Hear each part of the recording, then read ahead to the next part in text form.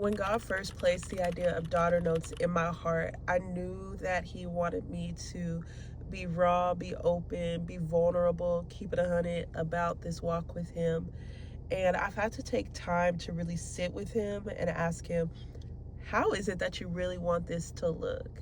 He answered me and told me that I just want you to share reflections from your heart. I want you to share some of your journal entries, things that you talk with me about one on one. And I can say that is very vulnerable because he wanted me to just be real about this walk. He wanted me to be real about these conversations that I have one on one with him. So, as God leads me to share, I will share my heart. I will share my own reflections.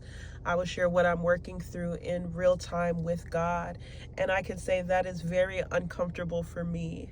I like to be very private about my life. I like to be very private about certain conversations that I have with God, especially the hard things, especially as I'm in it currently and walking through it with him currently. It's not always the easiest things for me to share. I'm quick to share a testimony though. When God has brought me through, I'm like, all praises be to him.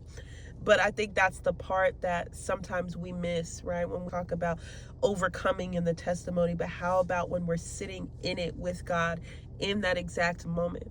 What is it that God is saying? What is it that God is teaching us? What is it that we're learning in that exact moment?